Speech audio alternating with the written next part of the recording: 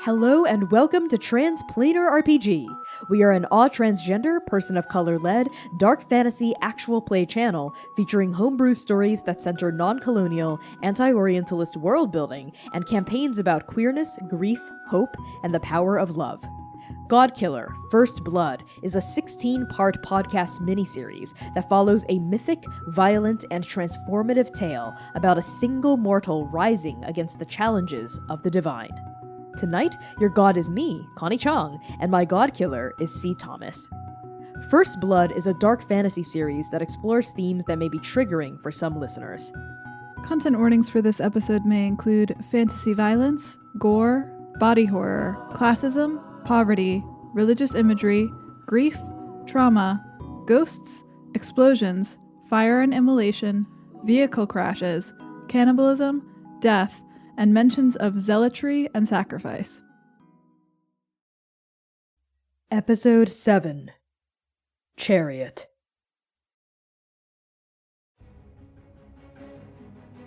Baby speeds down the flat asphalt of a 5-lane highway, flanked on both sides by wilting trees and crumbled buildings. The gray sky teems with the promise of rain. The wheels spin, squeal, flex against the blacktop. A quarter-mile behind Baby, and hell-bent on closing this gap, are 24 vehicles. They gun down the road, metallic hides glinting in the pale light. We see motorbikes, ATVs, jeeps, cars, dune buggies. If it runs on gas, it's chasing you. Every single vehicle is modified to hell and back. There is a truck with no doors, motorbikes with underbody lights, cars that look sutured together from other cars, and driving these vehicles, hanging out the passenger side window, gunning down these choppers, are no fewer than 30 bloodthirsty cannibals. Neon grease smears their skin, making them glow like bioluminescent algae in the depths of some lake. They wear bronze armor and cloth wraps and carry all kinds of weapons: swords, spears, crossbows, maces, whips, you name it.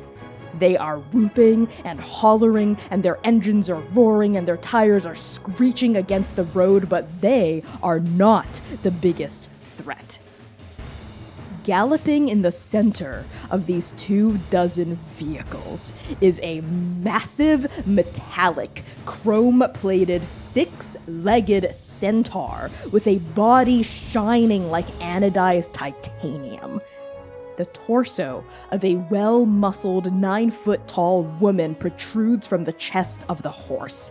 She is also made of shining, plated chrome, the flat and smooth panes of her body glinting in the gray light of the overcast star. Her hooves pound the pavement, shaking the ground with thunderous force like the beating of a war drum. Divinity radiates off her body like powerful exhaust fumes. Even from this distance, a quarter-mile away, her presence invokes a feeling like falling, like plummeting, like you're dropping through bottomless void with nothing but darkness to catch you. This is the Chariot. Rune! You jolt awake. You can see everything I've just described from the side view mirrors, and you can hear the Chariot's followers shouting and chanting and gunning their vehicles. Eos's hands are steady and firm on the steering wheel, but her eyes keep flicking to the driver's side mirror and her brow is furrowed. And as you tear these cobwebs of nightmare off your body, Eos glances in your direction. Oh, good. You're awake. Yeah, the Chariot's here. Rune gasps awake, clutching the front dashboard, both of their hands gripping onto that smooth pane of black metal, and their eyes fly open to the left to the right, like they're trying to find where they are before fixing on Eos's face. And I think the first time she says it, they don't really even register what she's said, but both of their pupils grow a little bit wide, like they're still in that dream. but it's falling off of them so fast, and they can hear the hooves, they can hear the engines, they can hear their heart starting to pound in their chest faster and faster and faster and faster. And they almost like get up in their seat and turn around, looking past wherever Antigone, I imagine, is, trying to look through the rearview mirrors to see what's behind them. What the fuck do you mean the chariot is here? Eos is flooring the gas. She is pressing baby to the absolute limit of her top speed. And this mini truck is groaning, her engine is rattling, she is making noises you've never heard her make before. And in the middle seat, Antigone is panicked. She is in the process of scrambling over your legs to also look at the side view mirror with these wide eyes, and a few flyaway strands of black hair poke out from her otherwise perfectly braided twin whips. The chariot? But she's a fringe god! What in the witness's name is she doing out here? Rune, I think, kind of shoves past her a little bit to also get a good view, and I imagine their faces are like pressed right next to each other as they're both looking at the mirror, and Rune's eyes grow wide. Can I recognize a god? Yes, you can! How fun! So, when you want to recognize the signs or influence of a god of the cradle, roll 2d6. Add 1 for each true statement. You're in or near their domain. Well, the chariot's domain is wherever she is. She is a wandering god, and she is now chasing you. So, yes, you are in or near her domain. Ouch. You're familiar with their gospel? Well, the chariot is a fringe god and collects cannibals into their pool of devotees, so I don't think that Rune is entirely intimately familiar with the gospel of the chariot. More like a warning sign. Yeah, for sure. It'd be bad if he didn't know. Yes, so that's a +2. Oh boy. All right. No overkill. I shouldn't have said that. 10. Okay, a 10. On a 10 plus, you realize your divinity is actively trespassing against them right now. The GM will say, how? Okay. I should stop rolling this move. No, you should keep doing it, because I love to punish you. What? I mean, I love to push the story forward. Jesus! What do you do? So, you and Antigone have your faces smushed together against the window, looking at the side view mirror, and you see this massive centaur woman on the horizon behind you. Every pound of her hoof against the ground causes it to shake, even though it's a quarter mile of a distance. And then you see this woman, like, take in a big breath and then bellow, and her voice rings out across the asphalt, shaking the air with this massive force. You can hear her from over 1,000 feet away, as clear as a thunderstrike. And she is saying, "You can hide, but you cannot run! Come out, wherever you are, God Killer! You better give me the chase of my life!" Rune sinks into their chair, like they just push themselves into the passenger side as much as they can, and they pull their knees up, like they're trying to hide their head from the mirror, for a moment truly believing that she is able to see them through the mirror. Yeah. And they kind of sink for a minute and like put their hands up into their hair, right? And like hold themselves there for a second, trying to reckon with that word that had not yet been spoken aloud outside of the devil in their own mind. God Killer. So Rune, you were at 4 strain last we saw you mechanically. It's been a little while since you were there. I think you're maybe down to like just 2 strain. I think that describes your mental state. Yeah. Yeah. 2 strain. I need you to mark 1 more. State. Okay. Well, that was rude.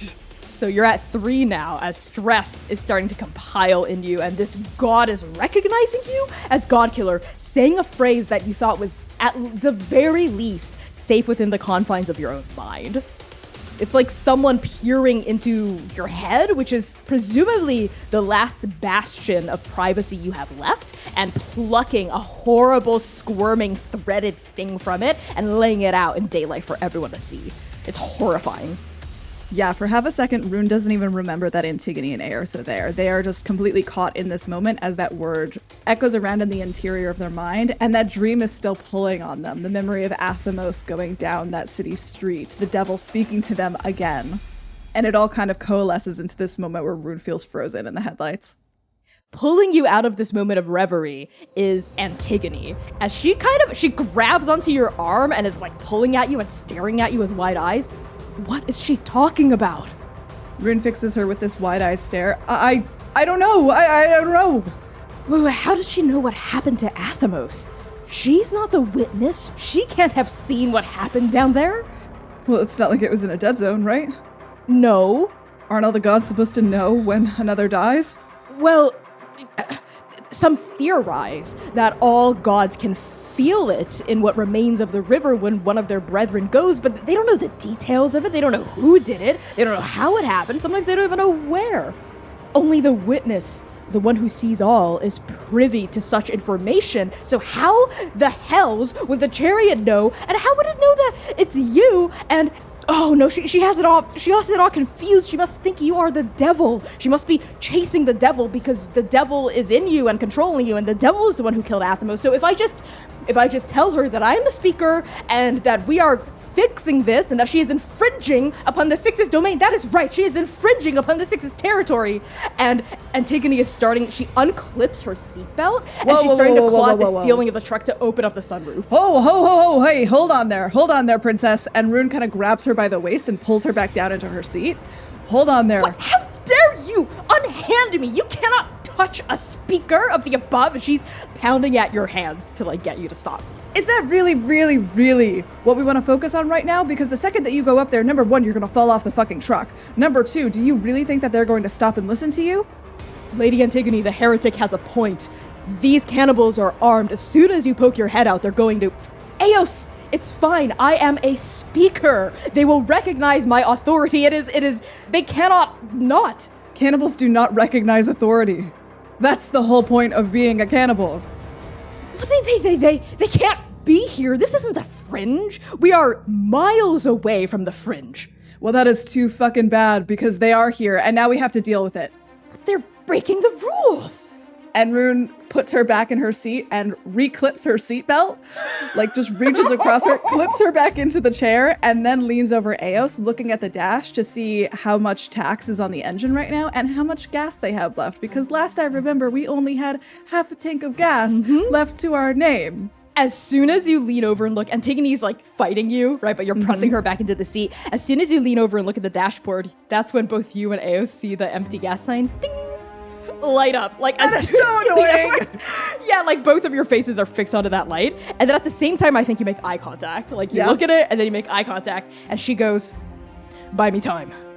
Rune gives her the most exasperated expression, but they know that they have no other choice. So they turn, and I imagine that Antigone is in the process of unclipping her seatbelt again. Yes, and Rune she is. reclips her in for the second time. And they go for the sunroof hatch. Yeah, it was already half open from Antigone, and you just the rest of the way, and you peek your head out, I assume. You climb onto the roof. Yeah, Rune gives Antigone one firm stare and says, stay there, princess. This is way, way above your pay grade. What? And then they turn to Eos and say, if you swerve, I'm gonna fucking kill you. And they crawl out onto the roof.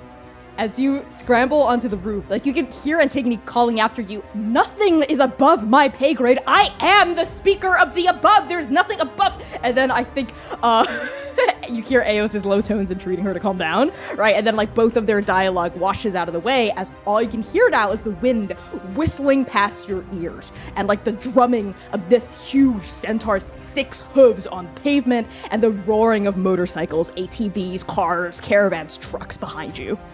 Yeah, it's like sticking your face into a completely different world, where I think both of their noises of protest, I imagine, just get immediately swallowed up by the wind. Yes. And Rune pulls themselves up and onto the top of this truck, which I think has a small rail around the top, like it has one of those things that allows you to tie cargo to.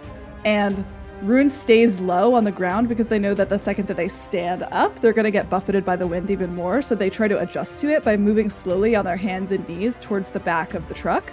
And they look out over this 30-person pack of wolves chasing them, so to speak. Mm-hmm. And they see for the first time the Chariot, in her full glory with both of their mismatched eyes. Mm-hmm. And I would like to use a vagabond move. I would like to use my renown move. Yeah, baby, Okay. Let's go. So when I've killed or spared more than one god, I can ask one of the following per session. What aren't they telling me? What god has a hold on them? Or what do they know of me or my deeds? And I would like to ask, what do they know of me or my deeds? Because she called me GODKILLER, and I want to know how the fuck she knows that. Okay, as soon as you peek your head out over the sunroof and sort of squat down and look, the centaur's chrome-plated, smooth, shining face, even though she doesn't have eyes, right? It's kind of like the face of a mannequin. There are no eyes. You get the sense that she is looking directly at you, like the two of you lock gazes across this quarter-mile stretch of highway. And she opens her mouth and lets out this bellowing, thunderous roar once more. So it is true! You do exist, GODKILLER! What you did to Athamos in that death pit, I want to see you do again! Now show me if the rumors are true, and if so, then you will be the most glorious quarry I have ever hunted! And her cannibals throw up a cheer and a whoop at that. So what are you, Some forgotten god risen from the depths of the river to punish us all for our cannibalism? Or perhaps you are the ghost of an arcana subsumed, here to wreak vengeance upon your brethren? What kind of god are you? Oh, Rune does not like that. I think finally at that, Z stands up and wobbles a little bit on top of the truck as they can feel those 6 wheels underneath them going. And they falter for half a moment before they stand firm, looking at her, and they call into the wind, their voice immediately getting swallowed by the rushing whirlwind. But they call out, I am immortal, I am not a god. As you call this back, even though you're almost certain the chariot wouldn't be able to hear you, because your voice sounds so small, so breakable next to her massive, bellowing sonic boom of a voice. But she responds, Immortal! Oh, what a glorious day for impossibilities! What are those? 2 blades? Well, perhaps you are the 2 of swords! Oh, but I thought you fell during the first years of the devouring, slain by the spear of the 9 of cups! Rune has no idea what the fuck she's talking about. oh yeah, you have no idea who these gods are. Their stories have long been lost to the sands of time. But as the chariot continues to bellow, the cannibals make their move. You might be going 120, but they're pushing 140, 150, and 2 motorcycles are starting to close the gap. They're starting to pull up next to Eos's tailgate. They're kind of the vanguard of this chase. And you see on one of the bikes is just this one cannibal with like a electric blue helmet. And on the other motorbike, which is on the other side of the tailgate, there are 2 people on it. There's a person sitting on the bike and then a person in the sidecar. The person with the electric blue helmet raises a hand crossbow and aims it at you. Oh boy. Rune ducks as much as they can because they have high ground, but they are taking out their long knives and they are going to try to deflect it. Okay. They squeeze the trigger and you see like a crossbow bolt shoot at you, like almost faster than the eye can track. But your hand twitches and ding, it like pings off the flat of your blade, right? And sparks fly. While you're distracted, fielding this crossbow bolt, the person in the sidecar, I think, jumps out of it and like grabs onto the back of the tailgate.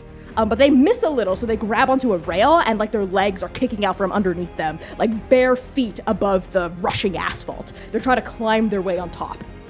Yeah, absolutely not.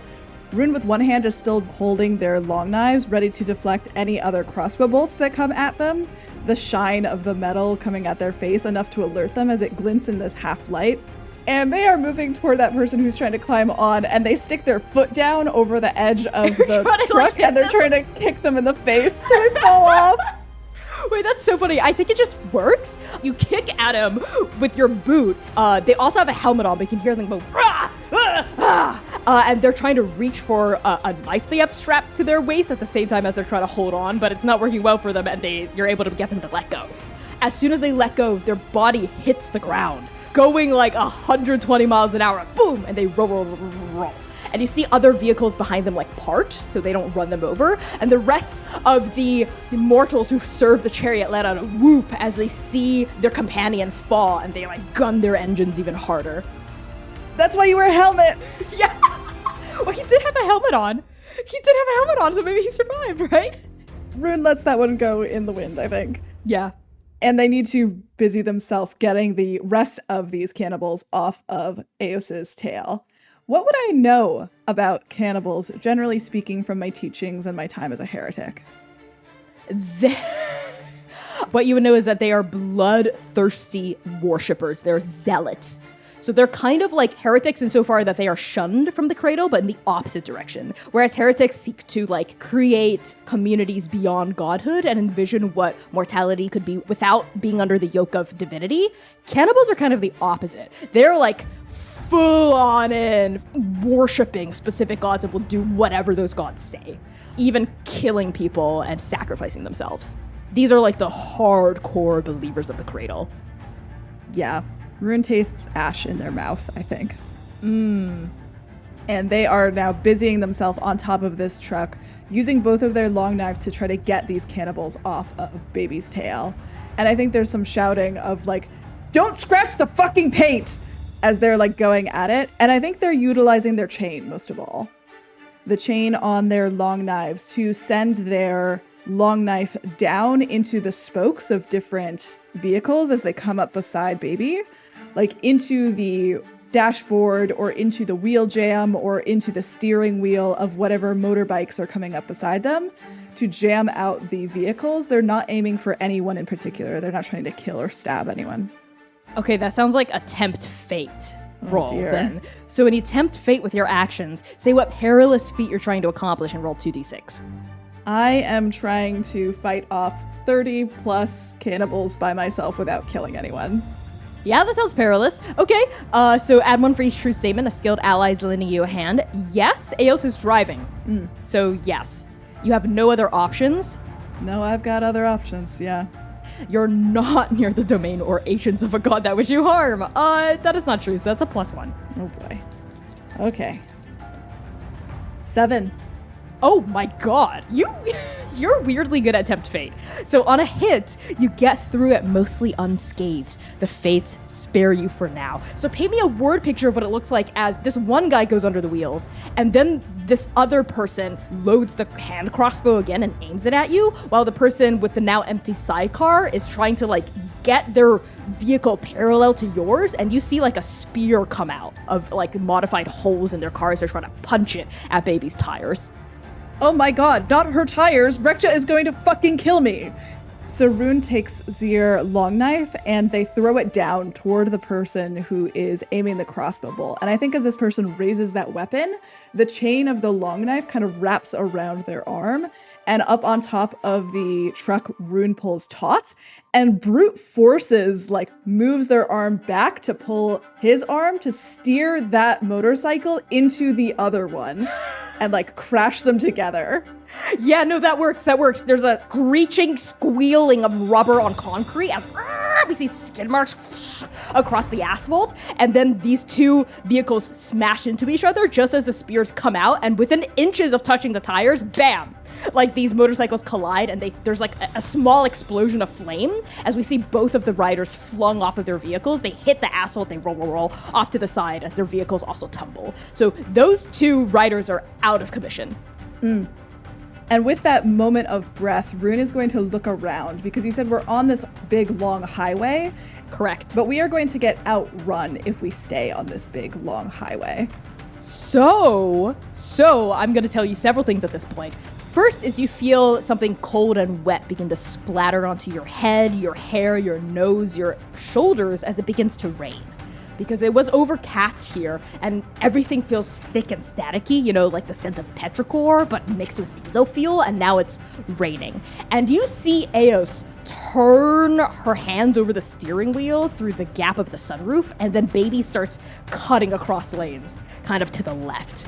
And you see Eos seems to be steering Baby toward the heart of the storm, because there are these thick gray clouds condensing to your left. I suppose that would be the east. And if you kept going on the highway just normally, like instead of taking the left exit, you would move away from the storm, right? But she seems to be heading right toward it. And you can see flashes of light strobing in the clouds toward where Eos is heading, and like a really thick downpour. I think Rune kind of belly flops onto the hood of the car and pokes their head down through the sunroof to talk to Antigone and Eos once again, while they have a few seconds without any cannibals on their back. Into the rain. Yeah, what do you think I'm doing? That's our best chance of losing them. Yes, I know. Faster, please, and give me those fucking grenades. This mini truck can't go much faster. Fine, you sure you know what to do with these? It's my truck. Well, technically it's that other woman's truck, but fine. Give me the grenades! 2 grenades pop up out through the sunroof, and you catch them both. And Rune turns and readies themselves for whatever bastard is about to get a grenade to the face. We actually pan back this quarter-mile stretch, which has collapsed to half a quarter-mile stretch. They're now only 500 feet behind you. We pan over the sea of cannibals. We pan past burning rubber, metallic paint jobs, chrome decals, brandished weapons, to find a lieutenant of the Chariot leaning out, I think, over the passenger side window of a massive box truck.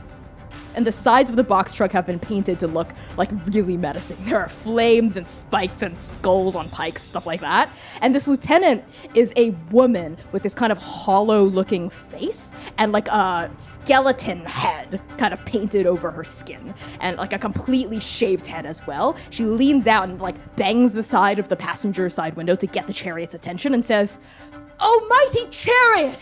It appears our quarry is trying to run us through that storm.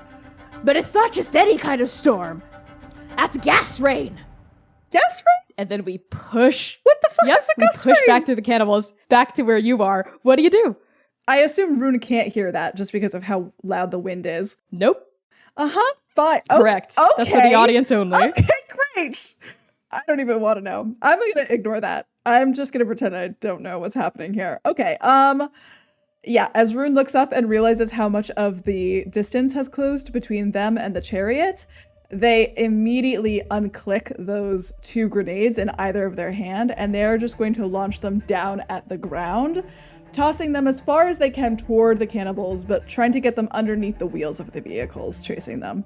Rune is, I think, particularly aiming at the giant box truck with the flames and skulls painted on it. So you're still not trying to hurt anyone. That's another attempt to fate. I think that's still a +1. I don't think anything's changed since then, so roll 2d6 +1. Oh boy, okay. 8. What the fuck? Okay, yeah, so on a hit, you get through it mostly unscathed. And again, the fates vary for now. I am the fates, and my finger was on the button of annihilation, but now I lift it. So yeah, the grenades sail through the air, they hit the ground, roll once, twice, and then boom! They explode under the massive wheels of the box truck, and the lieutenant was in the middle of saying, "Gas rain," ah! And then like, right, her like car gets blown up like a horse rearing onto its hind legs. It flips over itself, and there's a big plume of red explosion, and then it's gone. The rest of the herd leaves it behind. What other vehicle or groups of vehicles were you aiming the other bomb at? Whatever was biggest. If there's like a tank or something, any kind of big Militech armored vehicles. Sure, there was a big, let's say a big armored truck similar to Baby, maybe of the same fleet that So Baby was funny. at, but now commandeered by cannibals. Yeah, those poor swords keep taking L's. Yeah, and that one also goes up, and I think that one takes out a couple bikes, like an ATV and a bike with it, right? So now there are no longer 24 vehicles chasing you, but maybe just 12. Okay, well that's an improvement. And I think Rune slams on the side of Baby with their fist, like urging her to go faster, right? They're like, faster, faster, faster, faster. The rain is thickening, right? It's falling more and more and more and more, and you're starting to notice a strange smell. This rain isn't just petrichor and like regular rain smell. There's something kind of greasy to it, something oily. And then you hear the Chariot shout, Light the fuses!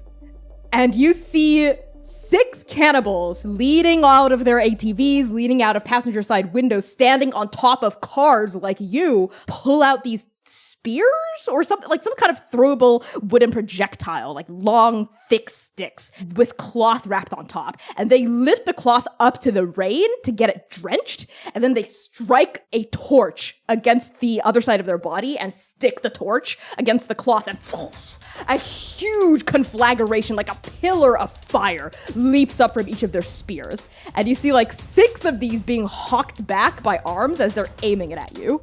And with every drop of this oily rain. The conflagration off of each spear grows taller. Oil rain? Oil rain, you gotta be fucking kidding me. Rune dives face first into the sunroof, like back into the bed of the truck. What are you talking about? Rune literally comes crashing down, probably like halfway on top of both Antigone and Eos. I imagine that since they're from the Citadel and they're not so close to the fringe, they maybe don't know what oil rain is. And Rune grabs the steering wheel from Eos and makes a hard right, pulls hard, trying to get back onto the highway away from the oil rain. And they're just going, it's oil rain! They're gonna blow us to fucking hells and back! Yeah, so you're hurtling at 120 miles an hour toward a divider. There's the exit, and then there's the rest of the highway. This is a left turn exit. So as you wrench the steering wheel back toward the right, it's gonna be a really narrow miss as you look like you're taking the exit and then you're not, right? So classic Boston this is gonna drivers. be. This is just a regular day in Boston. Yeah, this happens. It's a regular day on the pike, on the Mass Pike. Yeah. Yeah, these are massholes. Okay, so this is going to be your third and maybe final tempt fate roll as you wrench the wheel to the right. Oh god. Okay. 8. What the I rolled a 6 and a 1. I saw the 1 first and I got real scared. Oh my god. 3 successes in a row. You're so mad. Jesus. I keep asking you to make the same roll because I'm like, you're gonna fail. You're gonna fail. You're gonna get an overkill. You're gonna fail. You don't. Okay, fuck. All right. So on a hit, you get through it mostly unscathed. The fate's buried for now. You miss the divider by like a foot, right? Eos goes, what are you doing? And Antigone goes, her eyes are closed, she looks weirdly calm, and she is praying. Oh my fucking She's praying, God. She's praying to the witness, her hands are clasped, she's just mumbling, and praying. You and Eos scream, I think, as 100%. baby tips onto its right wheels, right? Like its left wheels go off the ground and then right past the divider at the literal last second. And Antigone's eyes fly open as you just missed that bad ending, and she lets out a, oh, thank you, witness, right? You can thank me later. Because you got an 8, several of the cannibals smash into the divider. Ooh. Several of them have to take the exit. They swerve at the last minute. They can't make it. Some of them smash into the divider and explode. Some of them jump over the divider, right? They cause their dirt bikes to go up, and over. But the cannibals lose another 5 or 6 vehicles, I think, to this crash. So now there are only a half dozen cannibals and the chariot following you. You, in the side view mirror, see the chariot explode through the divider. She demolishes it. Chunks of steel and rock and rebar just go flying. She bulldozes through it. So as the half dozen cannibals explode against the divider, the conflagration flares from the oil rain. And you just see a wall of fire explode in the background, right? So the remaining cannibals, their vehicles are on fire, and the chariot's shoulders are also on fire. Why does that feel worse? Why does that feel badder? Why does that feel scarier? Are we still in Refinery 19? You are on its city limits. A gigantic blaze in the middle of an oil refining district does not really bode well. No.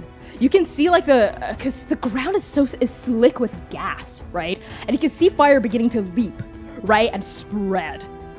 Yeah, I think there's something in Rune's stomach that plummets a little bit as they see the fire start to roar up to life.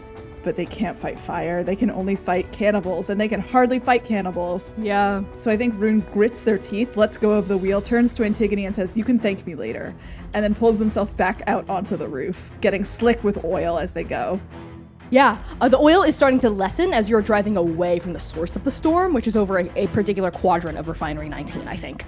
And you would know, just kind of offhandedly, this fact just comes to you, which is that refinery districts, which is where oil rains happen the most frequently because of the amount of pollution they vent into the sky, they collect the oil rain and then they refine it in their factories. So you climb back onto the roof as the oil starts to lessen, but you still stink of petrol, you stink of diesel, and you brandish your blades and you look at the remaining 6 vehicles and the chariot. The chariot speaks to you. her body ablaze, the stench of smoke wafting into the air in these huge gouts of black clouds. So you are not the Two of Swords. You are not some god, that much is clear. For you have not wielded divinity against my worshippers, but mere mundane mortal tricks. Show your true self! Okay. Fine then. Hello? And I would like to challenge someone dangerous. As Rune stands up on top of Baby, wavering in this oil slick rain, brandishing both of their long knives, and they call out, knowing that even as their voice gets eaten up by the wind swirling past their face, that she can still hear them. And Z says, "Why should I? If all it takes are mortal tricks, then you are no true god of the cradle." Okay, what foolish or risky action do you hope she'll take? I am hoping that in her anger, she will reveal some kind of weakness to me and or send her mortal followers away so that there is less collateral damage happening here. And Rune can just face whatever threat this is one-on-one because she wants them and they don't want anyone else to get hurt here.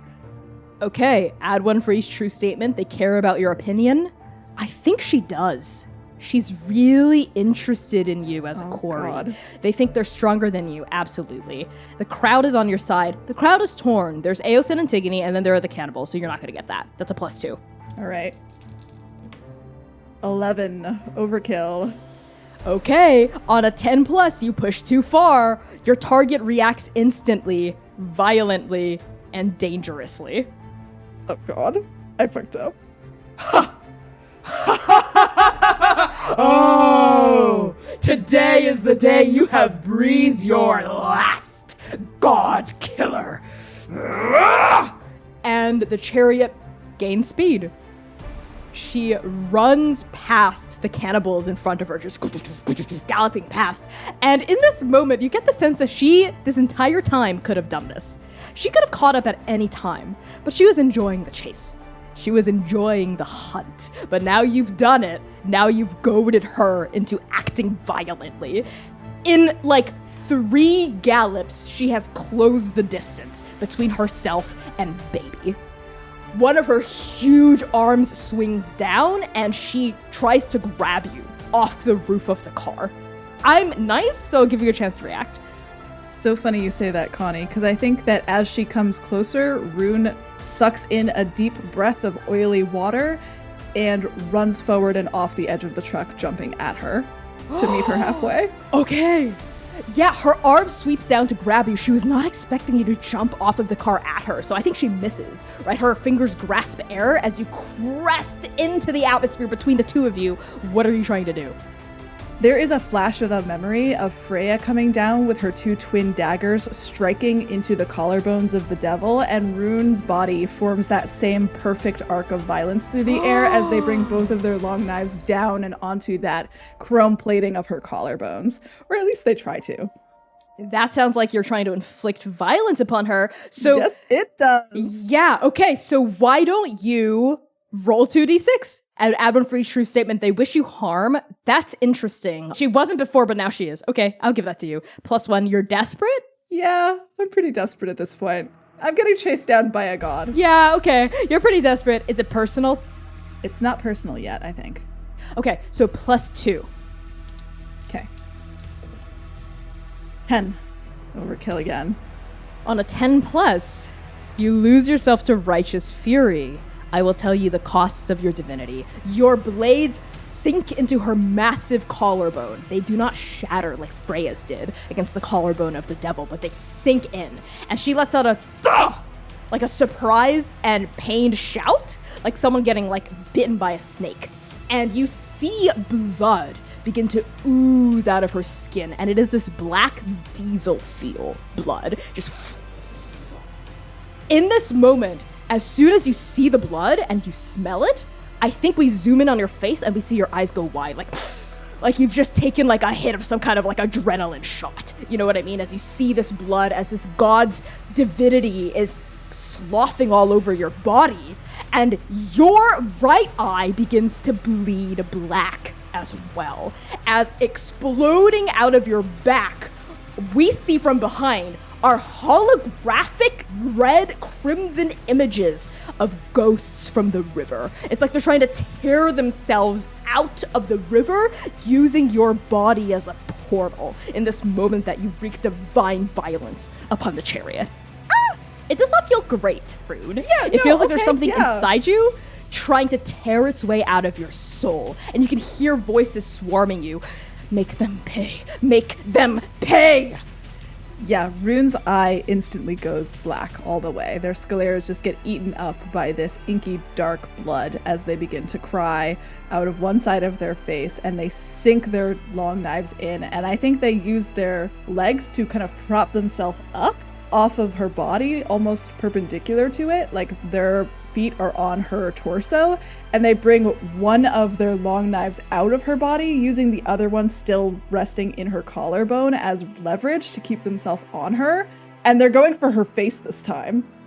You're just like chiseling away at her. She's huge, and you bam, bam, bam, you pound your knives against the chrome-plated flesh of her cheek, against her lips, her nose, right, the hollows of her cheekbones.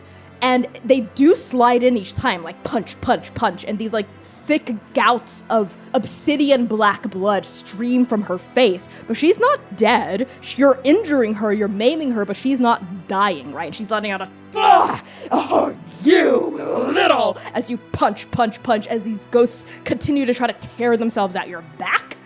And then you feel her fingers grab you, like they rip you off of her face, right? So now you're in her hand. She like tears you off like you're a feral little animal that's like latched onto her body. She tears you off as she like holds you really tight, and you can feel your ribs constricting right as you're like punching against being squeezed by her. She holds you in front of her bleeding face.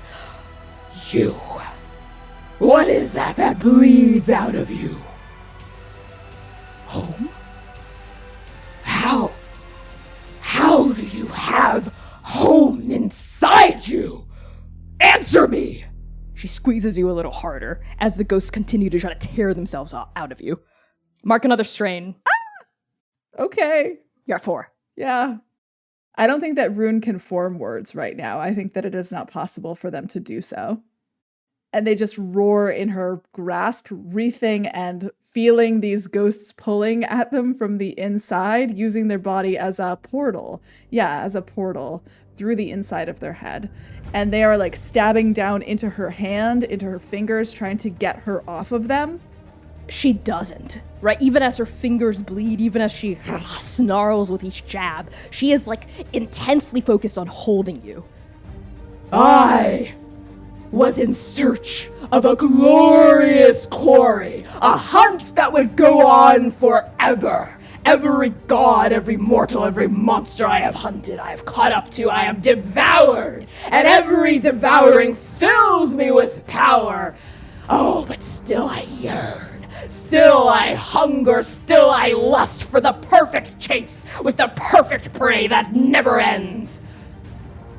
And I thought that would be you. But looking at you now, God-killer, you are neither man nor deity, neither mortal nor divine. You are something in between. The chase that I have in the cradle can only sustain me for so long. It was not like this. Home.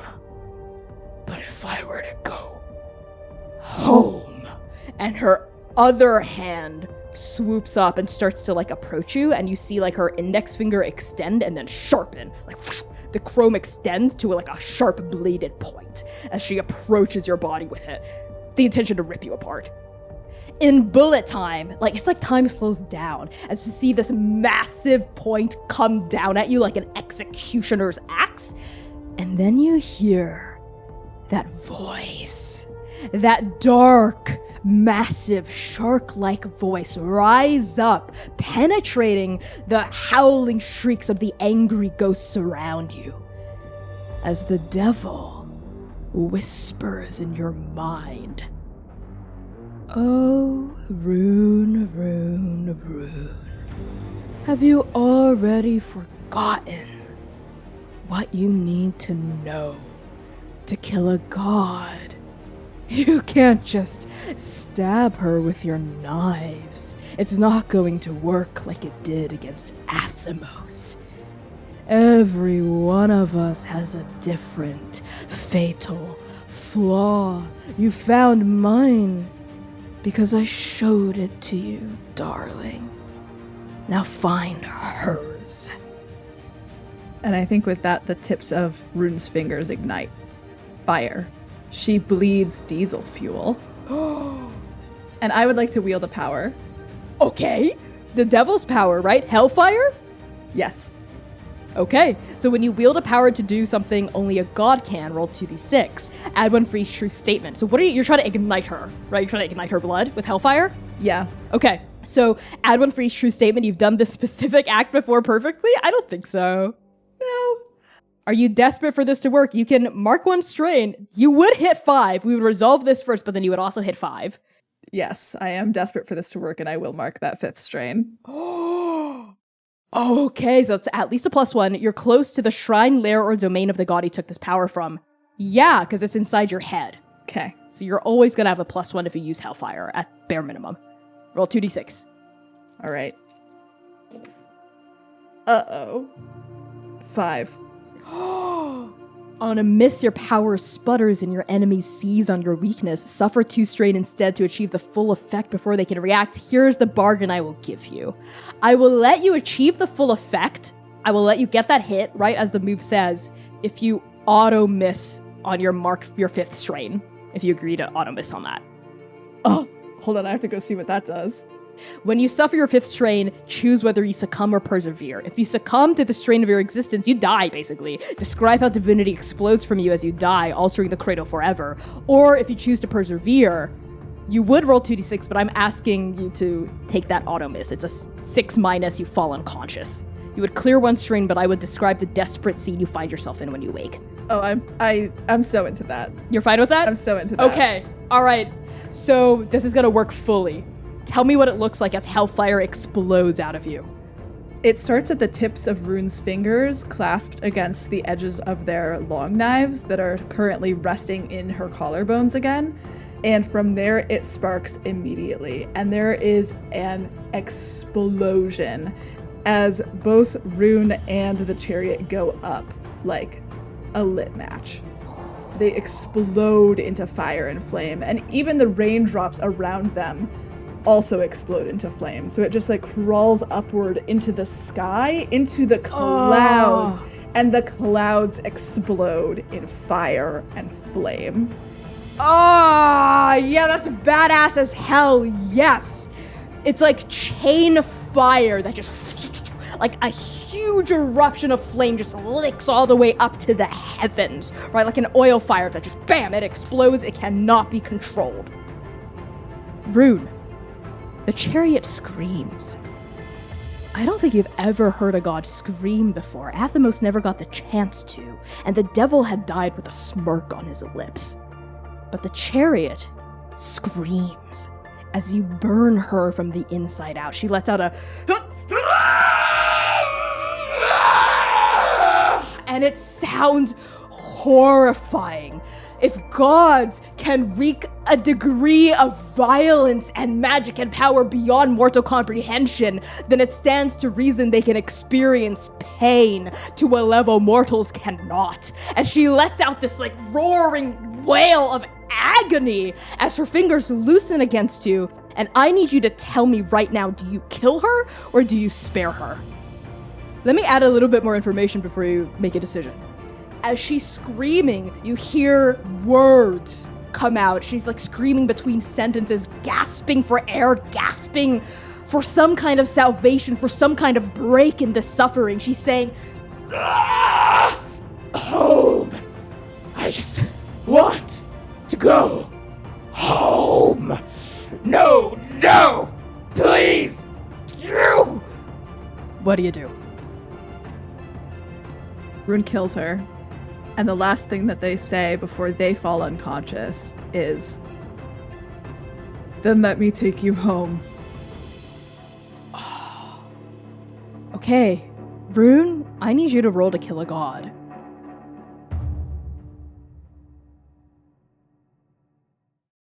GODKILLER First Blood is performed by Connie Chong and C. Thomas. Follow Connie on Twitter and TikTok at @byconniechong and C on Twitter at CPlaysRPG. To play your very own campaign of GODKILLER and support our show, pre-order GODKILLER First Blood Edition on itch.io today. Transplanar RPG is made possible by your Patreon contributions and sponsors who believe in our mission to tell great stories and lift up our community. Sponsors like ExplainTrade.com. ExplainTrade is a negotiation skills consultancy whose director, Dimitri Opines on Twitter, has asked us to say, and I quote, "Please sign up for Transplanar's Patreon because at some point people will figure out he's a cisgender white guy giving all his money to trans and queer art and then he'll be too broke to sponsor us." We love you, Dimitri, and heed his words. Sign up for our Patreon today at patreon.com/transplanarrpg. First Blood is also sponsored by Start Playing Games, the largest online platform for players to find tabletop role-playing campaigns of your very own. Join a table that fits your schedule today at startplaying.games. We are also sponsored by Magpie Games, the independent TTRPG publisher behind such incredible works as Masks: A New Generation, Avatar Legends, Urban Shadows, Bluebeard's Bride, and much, much more. Check out their amazing selection of Powered by the Apocalypse games at magpiegames.com.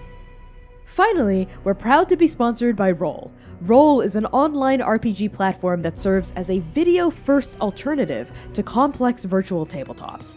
Build, modify, and play your very own games of GODKILLER on Roll today at playroll.com.